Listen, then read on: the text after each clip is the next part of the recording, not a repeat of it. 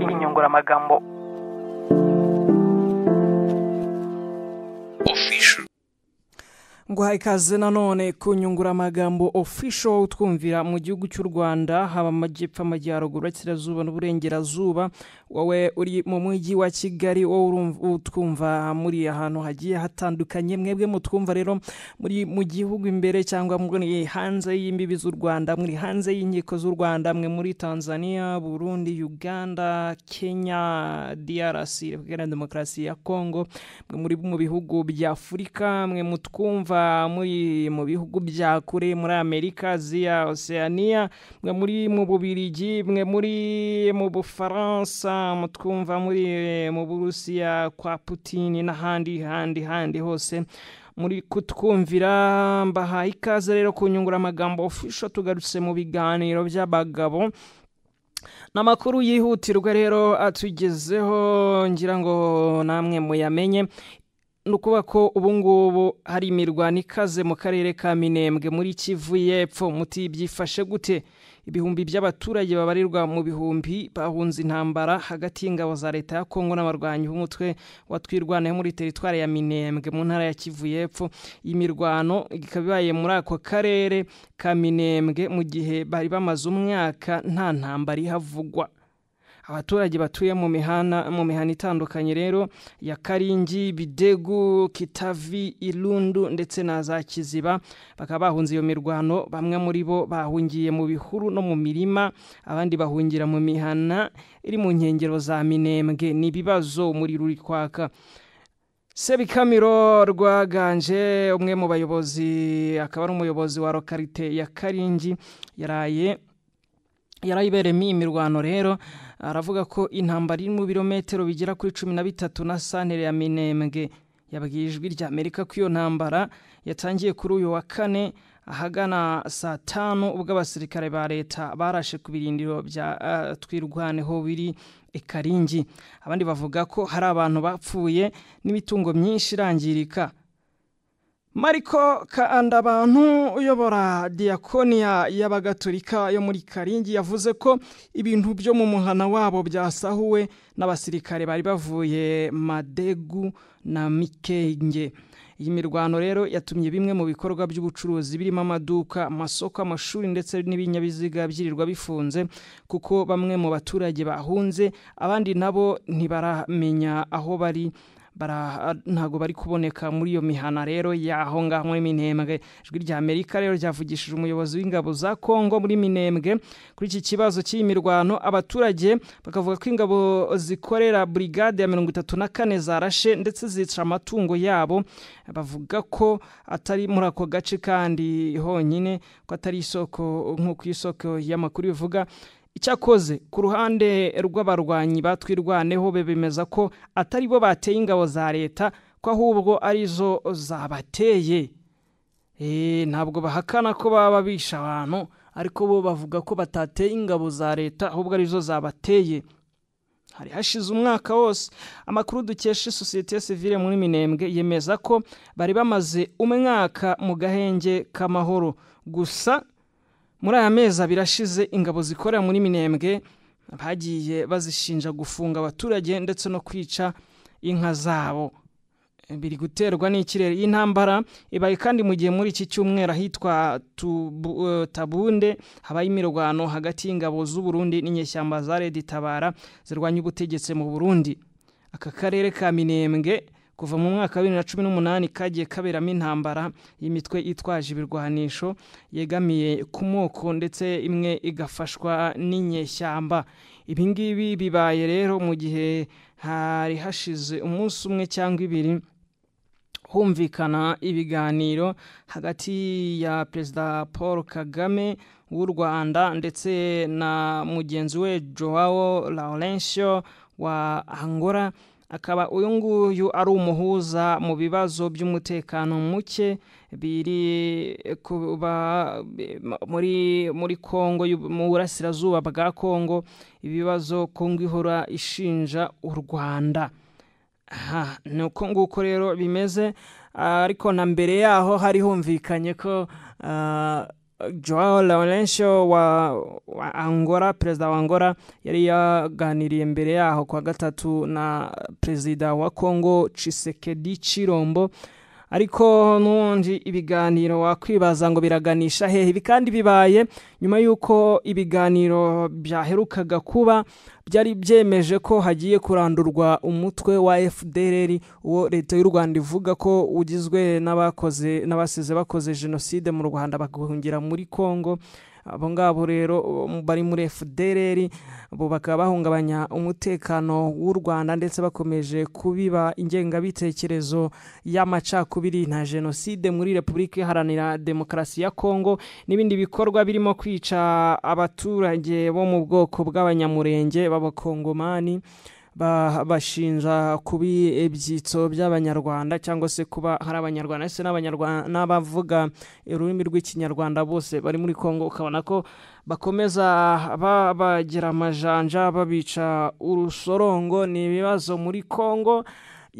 Hari hemerekanyijwe rero ko bombi bazafatanya kugira ngo barandure FDLR. Bakavuga ko ari ibintu bizaba mu gihe cy'amezi 3. Bakavuga ko mu minsi 15 ya mbere bazabanza kwigira hamwe umutwe wa FDLR cyari cyo bakamenya uko rute ukorera hehe, ese intwaro uzibika he, mbere yo kuzibika se uba wazihawe nande, ni bande bayitera inkunga. Nubwo akenshi byagiye bivugwa ko ari leta ya Congo FARDC, ariko ntawamenye umutwe uri mu ishyamba. Ushobora kugira n'abandi bantu bawufasha, ushobora kugira n'abandi bantu bawutera inkunga. Muri iyo minsi 15 rero bakaba bagomba kuba bamaze kumenya ibyo byose babisesenguye. Hanyuma mu gihe kizakurikiraho gakurikiraho noneho kuyigabaho ibitero simusiga kugira ngo bayirandure. Ibyo kandi bikazakurikirwa no gusuzuma uko byagiye bikorwa. Hakazaza noneho indi faze yo kuvuga ngo u Rwanda rutangire rukureho ingingo cyangwa se ingamba z'ubwirinzi zashize ku mupaka uhuza u Rwanda na Repubulika Iharanira Demokarasi ya Congo. Yes, ni Nyunguramagambo official ukomeje gukurikira. Nitwa Kayumba Abdallah, nitwa MC Ruganzu. Nije turi kumwe mba ndi kukugezaho amakuru ashyushye ucambuze hatari ntuzanira hangaha nguha aho wibereye bitabaye ngombwa kuhava. Ntiwibagirwe yo gukanda subscribe hasi munsi y'iyi video. Urabona hari subscribe cyangwa sabone bitewe n'ururimi ukoresha. Wiyandikishe kugira ngo video nzajya nshiraho uzajye uzibona. Hanyuma like na share nabyo birakenewe mwabantu mwe. Turebe ko akazi kakorwa. Iyo mwakanze subscribe nkabona mwabaye benshi, nanjye nshaka ibintu byinshi byo kubabwira. Iyo ukoze share ugasangiza n'abandi bituma abantu baza bakaza ari benshi tukegeranya, hanyuma ibintu tukajya tubikurikiranira hamwe. Wivuga rero ngo ngo sabu yanjye ngo nubundi nta kimaze, ngo ndabona nubundi zikiri nkeya, nushyiraho iyawe nundi agashyiraho iye ziraza kuba nyinshi. Hanyuma ibintu tugenda tubikurikirana neza cyane. Umaze gukora subscribe rero ndagushimiye. Nitwa MC Ruganzu. Hanyuma Repubulika Iharanira Demokarasi ya Congo ntago turayivamo. RDC yarunze inyeshyamba za FRN ya Rusesabagina hafi y'umupaka w'u Rwanda. Mu gihe turi kuvuga ibyo byose, mu gihe hagihihwiswa ibyo kuba FDLR yarandurwa, ariko FRN ya Rusesabagina nayo iraje. Abantu bayo bashyizwe ku mupaka na Repubulika Iharanira Demokarasi ya Congo. Biragoye cyane rwose ubundi iyi ntambara. Sinzi impamvu iyo itanditswe muri Bibiliya, ishobora no kuba yaranditswemo ariko abantu bakaba batazi kubisobanura ngo barebe. Guverinoma y'u Rwanda rero yatangaje ko Repubulika Iharanira Demokarasi ya Congo imaze igihe yararunze inyeshyamba z'umutwe wa FRN hafi y'umupaka w'u Rwanda. Ibyo igaragaza nka kimwe mu mpamvu zerekana ko idafite gahunda yo gukemura ikibazo cy'umutekano muri Repubulika Iharanira Demokarasi ya Congo mu burasirazuba bwayo. Kongo ubwayo ntabwo ifite ubushake. Niba izana FRN ikazana yozo wazarendo ikazana FDLR, urumva ko kugira ngo amahoro abe yagaruka ni ibibazo biragoye cyane. Ngira ngo murabizi ko Perezida Felix Antoine Tshisekedi ari no muri gahunda yo kuhindura itegeko nshinga rwose. kavuga ko abatavuga rumwe n'ubutegetsi bwe bo bavuga ko ngo ari uburyo bwo kugira ngo igice kinini cy'uburasirazuba bwa Kongo ngo agihe u Rwanda. Hari n'abavuga ko ngo yaba yarakigurishije na perezida w'u Rwanda, nubwo ibyo biba ari ibitekerezo by'abantu. Yes, tukiri muri Kongo rero, Minisitiri w'Ububanyi n'Amahanga ndetse n'Ubutwererane Ambasaderi Olivier Nduhungirehe yemereye ikigo cy'igihugu cy'itangazamakuru mu Rwanda ni RBA ko yagaragarije bagenzi b'iki kibazo yagiye kibagaragariza ubwo bari mu nama ya gatandatu y'abaminisitiri b'Ububanyi n'Amahanga b'u Rwanda, Repubulika na Demokarasi ya Kongo na Angola iheruka kubera i Rwanda. Ari nayo yemerejwemo bya byemezo nababwiraga byo kurandura FDLR. Ni inama iheruka kwemerezwa muri inyandiko y'ibikorwa bya gisirikare Concept of Operation yo bita CONOPS byo gusenya FDLR, umutwe urwanya ubutegetsi bwa Repubulika na Demokarasi ya Kongo maze igihe yarinjiye mu ngabo zayo. Irwanya ubutegetsi bwa Repubulika na Demokarasi ya Kongo ikaba no mu ngabo zayo, ikinjizwa mu ngabo zayo. Aho ngaho kubyibaza nanjye niko mbyibaza. Hanyuma Minisitiri Ambasaderi Olivier Nduhungirehe yagaragaje ko icyizere cy'uko Kinshasa izashyira mu bikorwa ibyo yiyemeje kikiri gike, bijyanye no kuba imaze igihe ikora ibihabanye n'ibyo igenda yemerera mu biganiro bya Rwanda, yibereye mu bintu wagira ngo ni imikino. Umukuru w'abadiplomasi rero no umukuru wa diplomasi y'u Rwanda yagaragaje ko nko kuva ku ya 12 Ukwakira ubwo intumwa za Rwanda na RDC zahuriyaga i Rwanda habaye ibikorwa bitandukanye birimo kuba RDC yarohereje mu burasirazuba bwayo ingabo nyinshi zarimo izo mu mutwe wa FRN w'impuzamashyaka ya MRCD ya Paul Rusesabagina, umwe wigeze gufungirwa mu Rwanda nyuma gahabwa imbabazi na perezida.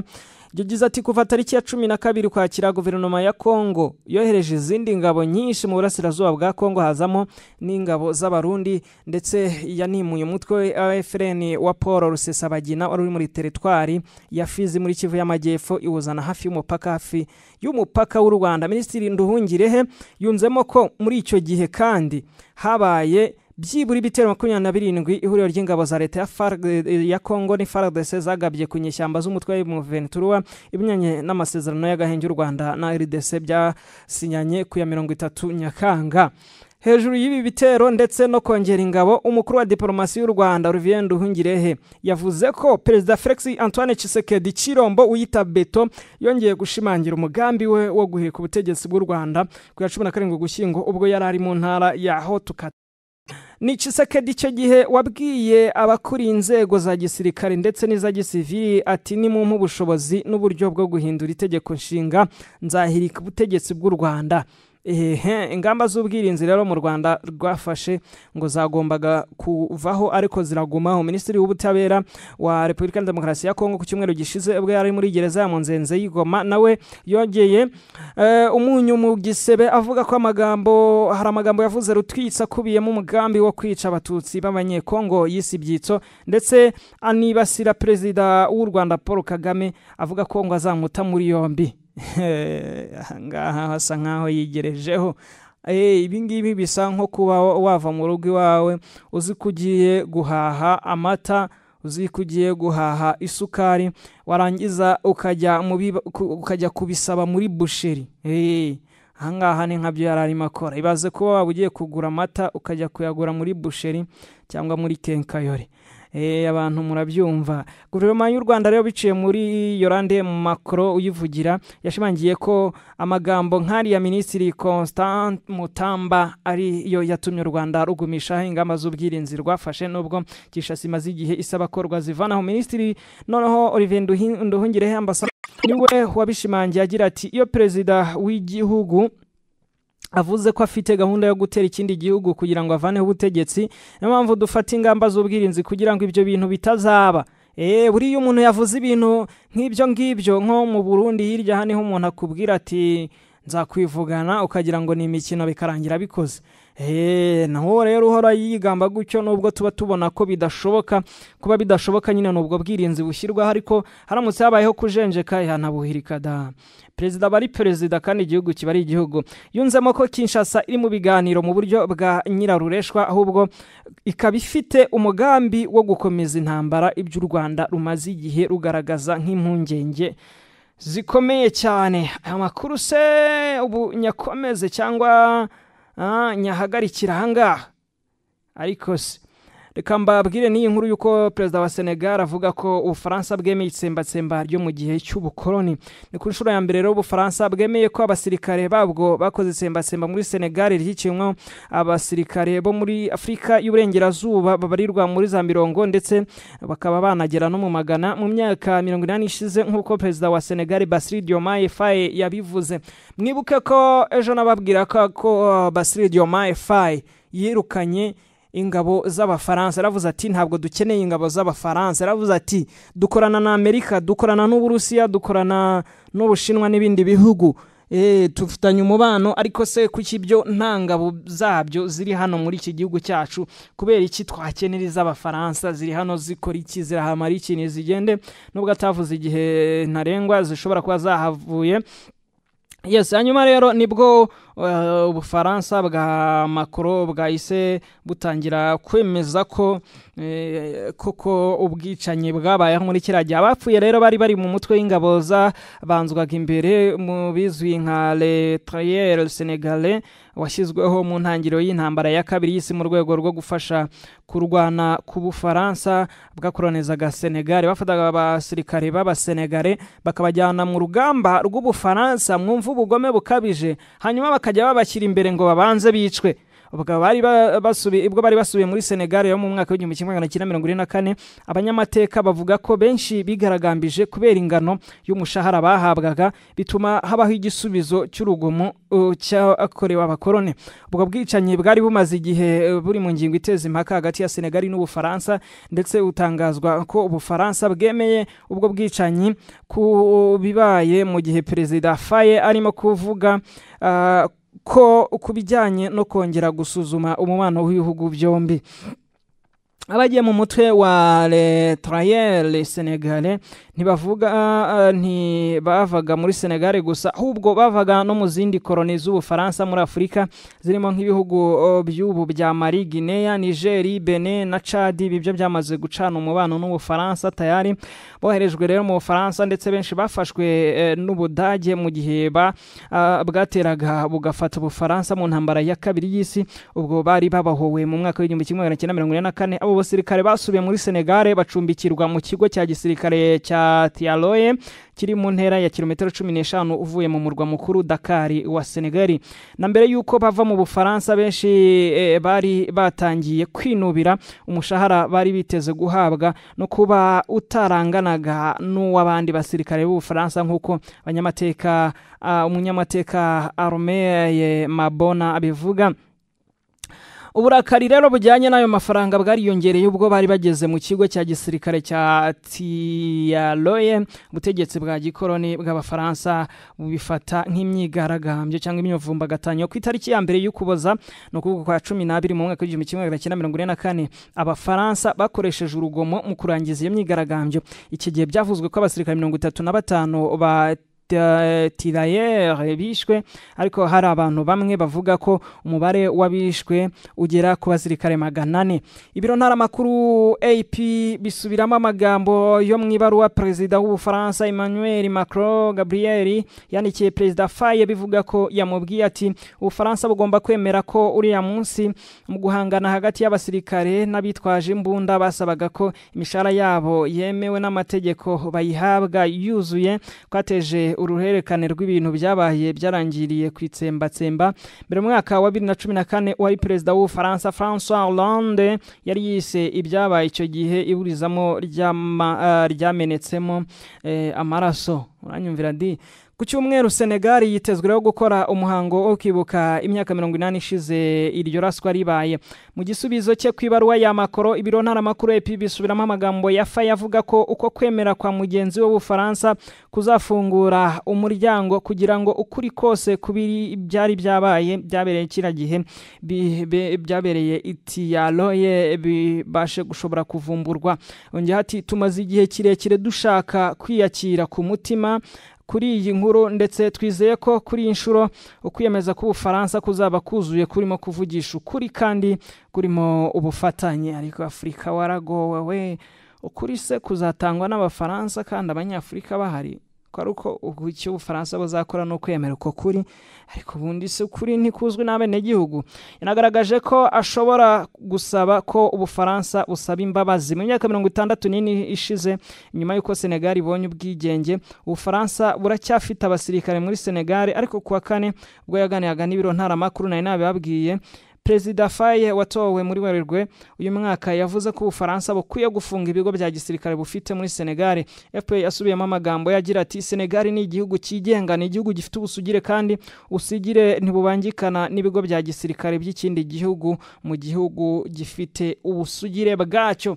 Rero amakuru nyafungiye ahangaha turaza gukomeza kubana ko andi makuru tugenda tuyatohoza atugiraho nanjye nyabagezaho. Komeza ubane n'inyungura amagambo official, komeza ukoreshe kugira ngo bigire no ku bandi. Niba wamaze gukora subscribe cyangwa sabone, uri umuntu w'umugabo rwose uze kwihemba, washyigikiye umugabo mugenzi wawe witwa MC Ruganzu cyangwa se Kayumba Abdara, hari n'andi mazina nzagenda mbagezaho. Nabashimiye cyane rero, Imana ibaho mugisha, dukomeze kubana.